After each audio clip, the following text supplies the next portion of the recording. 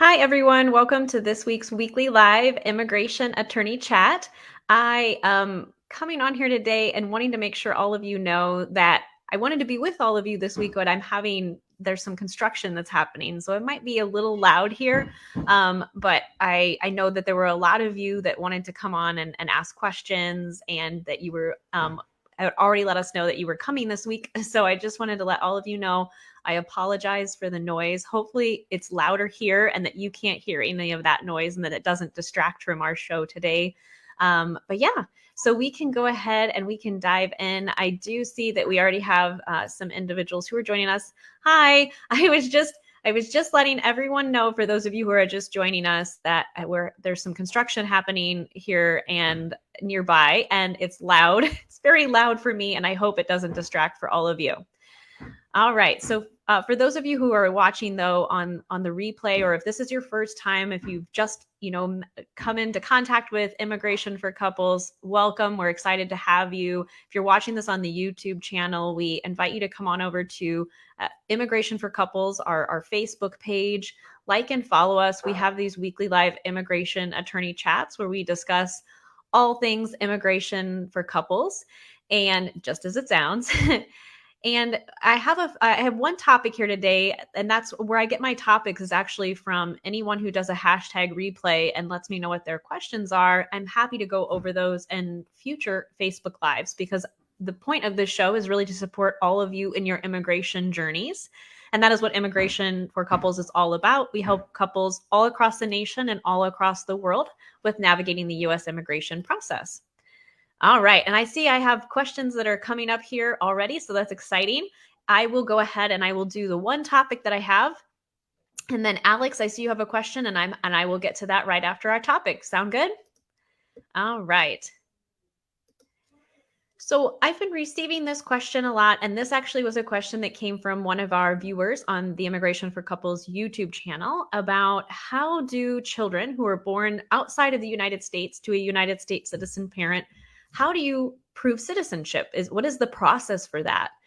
And in the United States, we recognize two types of ways that an individual can become a citizen.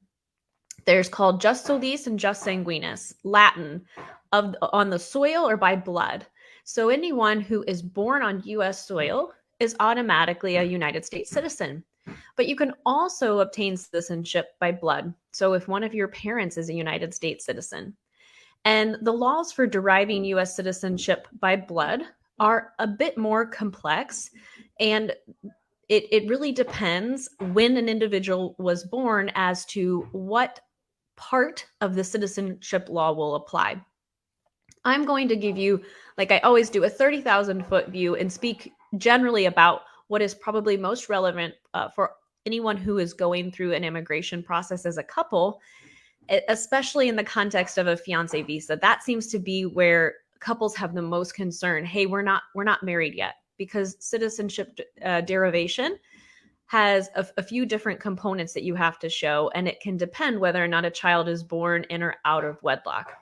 But currently, a child that is born present day, not both parents do not have to be U.S. citizens.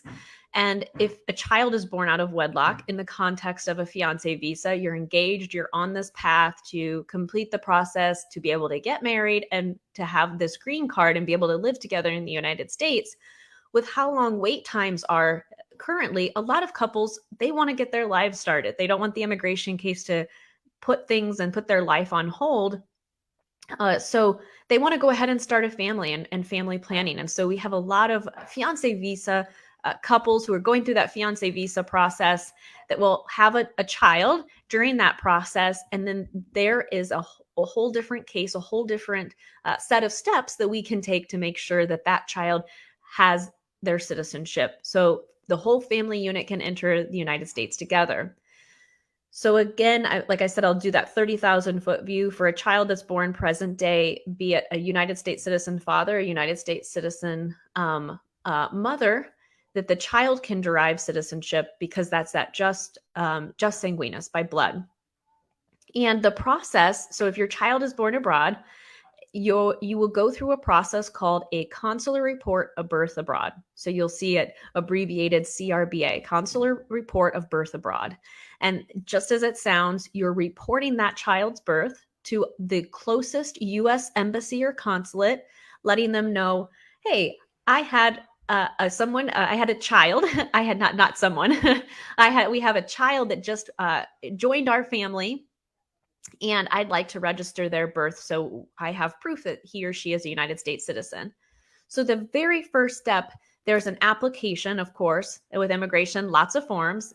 There's a form called a DS 2029, and you'll fill out this application, and you will take the steps that is outlined on that specific US embassy or consulate's website.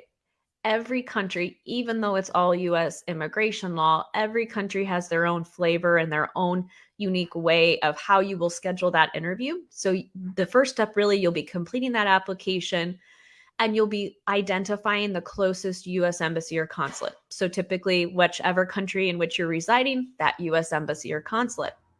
And then it's depending, like I said, on the consulate, there's typically sometimes there's ways that you can schedule that appointment online. So after you fill out that application and you collect all the required documents, then you would be scheduling an appointment with that US embassy or consulate so you can go in person. Typically, it is best for both parents to appear for that interview, for that appointment. You would be turning in that application, signing that application in the presence of that immigration official. And at that time, you can also apply for a U.S. passport for your child, which is key. That's super important. The consular report of birth abroad proves that the child has citizenship, but you really need that U.S. passport to travel. Okay. So you can do it, at the same time. That's what we do for the couples that we represent when we're helping them with the process. We are requesting both the registration of the birth, and then there would be this consular report of birth abroad, and then you'd also have that US passport for your child. And so the documents that are required, really depends on whether or not the couple is married at the time or not, and whether or not it's the father or the mother who is the U.S. citizen, and sometimes it can be both. But typically, in general, you would need that child's birth certificate. If there is a marriage between the parents, a marriage certificate. You have to provide proof that U.S. citizen parent was residing in the United States before the child's birth. There are some exceptions. If there's a parent who is in the U.S. military and has been outside of the country serving our country. But in general, proof of residency in the United States, U.S. tax returns, for example, proof of employment, things of that nature. So that's, in general, those are the documents that are required. And then depending on the specifics of the case, there can be a few other items. So that is the process to register your child's birth, to receive that consular report of birth abroad. So I hope that gives you clarity. And I thank you for the person on the YouTube channel who asked this question. Such a great question, and so important for couples to be aware of and what the steps are. If you have a great week, everyone, let us know if you have any other questions that come up. If not, I'll see you all next week. Take care.